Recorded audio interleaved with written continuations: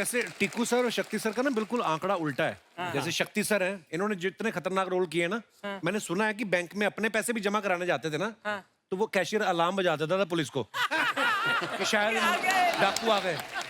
Tiku sir का उल्टा है, ये इतने क्यूट लगते ना कि इनकी बैंक की कोई ईएमआई लेट भी हो जाए ना तो बैंक वाले कहते कोई नहीं, आ जाएंगे, क्या जाएंगे। इतने क्यूट है टीकू सर। टीकू सर, आपकी क्यूटनेस का कभी आपने फायदा उठाया? मैं एक बार नो एंट्री से जा रहा था, पुलिस वाले ने मुझे पकड़ा। बीवी अच्छा भी जी। साथ में थी और कौन साथ में था? हाँ, बीवी साथ में। किसकी? मेरी। सॉरी। यार ये आदमी बदनाम कर देगा मुझे। अपनी बातें मुझ पर थोप रहा है।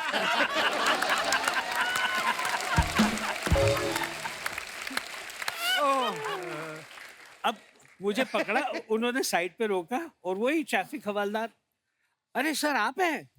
बोले हाँ मैं हूँ, क्या चाय पानी लेंगे? तो बीवी बोलती कमाल है, और इनको पकड़ते हो तो चाय पानी देते हो।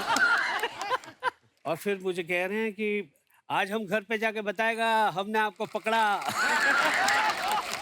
तो मैंने कहा मैं घर पे जाके बताऊंगा आपने मुझे छोड़ा। वाह यार वाह। तो these are the things which हमको एक कहते हैं ना कि ये सारी चीजें मिल जाती है once you are known and जी।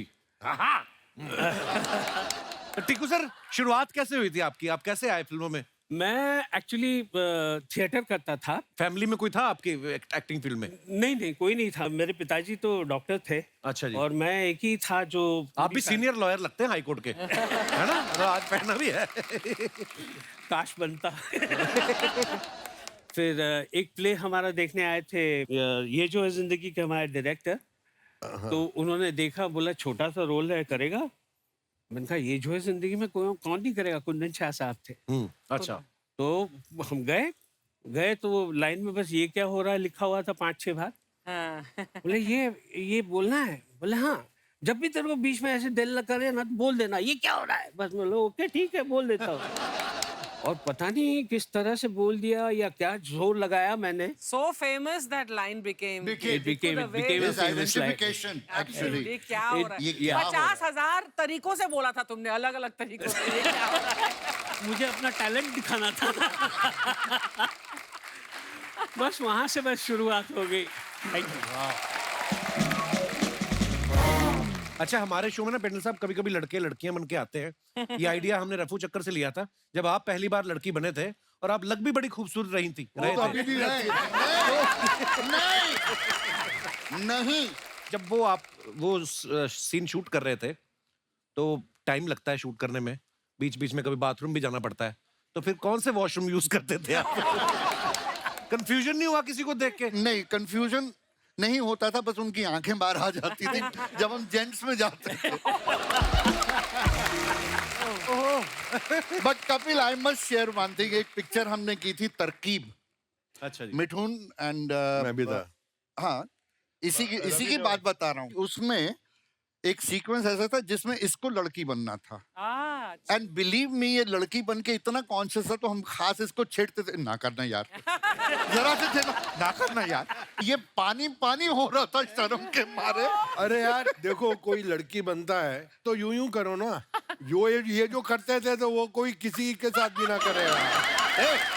अरे सच्ची बोल रहा हूँ। और दोनों मेरे सीनियर इंस्टीट्यूट के और मैं इनका जूनियर, और जहाँ वो शॉर्ट कट हो मैं जाके बैठूं और ये दोनों का एक मतलब ओह माय गॉड। बस हो गया, समझ गए। समझ गए बस। आज तक दर्द होता है।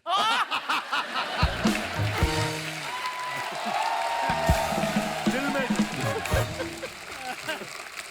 अच्छा, 1970 में हमने सुना कि जब उमंग फिल्म बनी तो असरानी साहब और पेंटल साहब दोनों न्यू कमर थे, मगर पेंटल सर को बोलते कि ज्यादा पैसे मिल गए।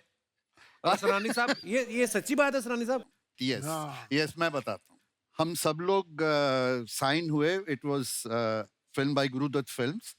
तो उन्होंने हम सबको बुलाया और कहा कि जो डांस अच्छा करता है उसको लेंगे। तो सबसे पहले मुझे घुसेड़ दिया डांस के लिए, तो मेरे जो आता था ना सारा पिटारा खोल के रखा। अच्छा। उसका असर ये हुआ कि ही सेड वेरी गुड, तो महीना 2 महीने गुजरे होंगे, पहली तनख्वाह 700 रुपया महीना, असरानी साहब, मैं, सुभाष घई, हम सुभाष सबको घई। 700 रुपए महीना। Which year is this? कौन सा साल? 69। 69। वाह। तो 700 रुपए महीना पहला चेक मिल गया। दूसरे चेक से पहले पता नहीं क्या हुआ, आत्मा जी को कुछ मुझ में एक्स्ट्रा दिखा होगा, तो ही सेड मैं तुझे 5 साल के लिए कॉन्ट्रैक्ट में रखना चाहता हूँ। अच्छा। ऐसे जरूर। तो उन्होंने कहा पहले साल 700 रुपया महीना चलेगा, दूसरे साल 1000, तीसरे साल 1250, इस तरह 250 रुपए मैं बढ़ाता जाऊंगा। तो मैं थोड़ा ड्रामा वरामा किया कि नहीं कम है ये, तो अच्छा बताना कितना, चिढ़ गए, बताना कितना। मैंने कहा पहले साल 1000, फिर 1500, फिर 2000, फिर 2500, इस तरह। अच्छा ठीक है। वाह। तो जब चेक आया तो सबको पता लग गया कि पेंटल को 1000, क्योंकि हीरो को और पेंटल को 1000 मिल रहा था, अच्छा। ओह। इन सबको 700।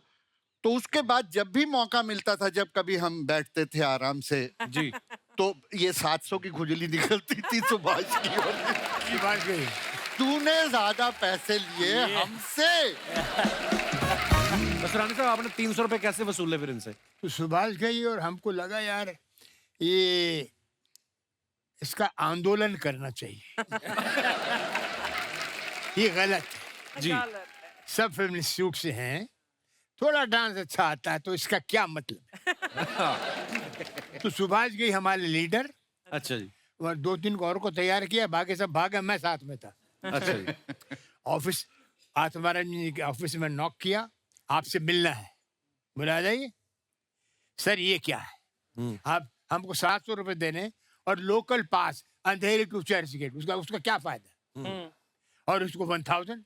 बोले सुभाष तुमको डांस आता नहीं। बोले डांस हम कर सकते हैं। मेरे आता नहीं, कर क्या सकते हो, देख लिया ना। उसमें हमारे सुभाष जी को डांस नहीं आया, एंड तक नहीं आया। उसमें हमारे कैरेक्टर थे FTII अगेन बलदेव खोसा, जो MLA भी बने बाद जी में। जी जी। तो बलदेव खोसा साहब को भी ले लिया गया था। अब उनकी पंजाबियत बहुत आती थी हिंदी में, हाँ। तो उन्होंने कहा यार मेरे बहुत पंजाबी आती है हिंदी में, मुझे कुछ करना चाहिए, करो। तो उन्होंने उर्दू का टीचर रखा। अच्छा वो जी। घर पे आके उनको उर्दू और हिंदी सिखाता था। महीने बाद हम मिलने गए तो वो सत श्री अकाल कर रहा था। उसकी उर्दू खराब हो गई थी। गुरुदत्त फिल्म्स जब हम काम करते थे, एक फिल्म बनाई थी ये गुलिस्ता हमारा, अच्छा जी। उसमें देव साहब, देवानंद हीरो, आत्माराम जी डायरेक्टर।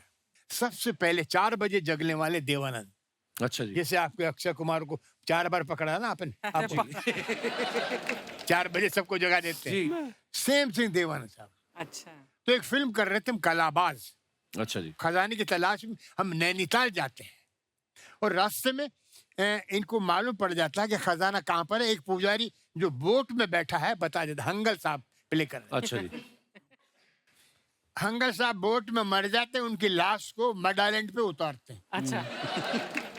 और देव साहब को उस पिक्चर में, जो गुरुदत्त फिल्म थी, उसमें उनको रोने का सीन था। लोगों ने उनको बोला किसी ने कि आप स्क्रीन पे रोते हुए बहुत खराब लगते हैं, मत रोइए। अच्छा। अब उनको याद आया, तो अशोक रॉय है डायरेक्टर, सर ये बाबा ने आपको सब बता दिया खजाना, अभी थोड़ा सा आपको आंसू आएंगे। आंसू सुनते ही देव साहब कि जैसा बहुत सेंटिमेंटल सीन है, आप इस पुजारी ने आपको सारा खजाना बता दिया। खजाना बता दिया, आपको सिर्फ अटैचमेंट होगी बाबा से, अभी आपको आंसू आएंगे। वो खुद रो रहा डायरेक्टर, अच्छा। उसको देख रहा देवानंद। अशोक बंदा कमाल। प्रभु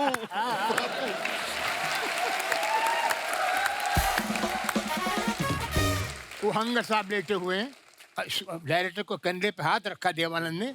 Ashok you are wasting time. आदमी मर गया, बाबा ने खजाने का पता बता दिया, कट। अशोक बाबा मर गया, मर गया, मर गया।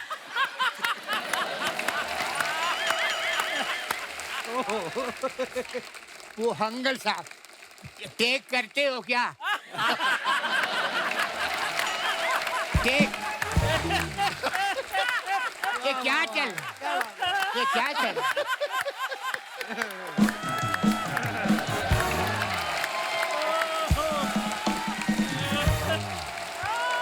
वाह वाह वाह, क्या बात है। So I should know the manager. He finished. Take chup yaar. What's your problem? What's your problem? Why? We're talking. We're discussing. नहीं वो बोलते हैं मेकअप चादर हट जाएगी तो मेकअप कर लूं। मैंने मरा हुआ है तुम कैसे मेकअप क्या what's going on here? What happening here? Come on, Hangal. Ashok, Baba Mari.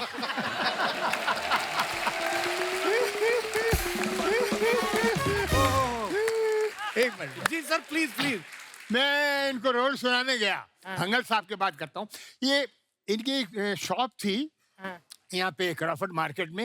ये बेसिकली टेलर थे। टेलरिंग की शॉप। अच्छा। टेलर और टेलर भी कैसे ओनली डिप्लोमेट्स के कपड़े सीते थे और ऑर्डिनरी आदमी के नहीं। अच्छा जी। तो मैं इनके पास सुनाने गया, चला मुरारी का रोल सुनाने। मैंने कहा सर आप एक टेलर हैं? कहते वो तो मैं हूँ।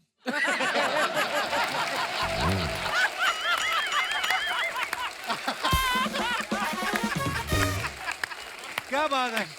असरानी साहब की बातें सुन के लगता है कि इनको कोई स्क्रिप्ट भी देता था कि अपने आप ही शुरू हो जाते थे।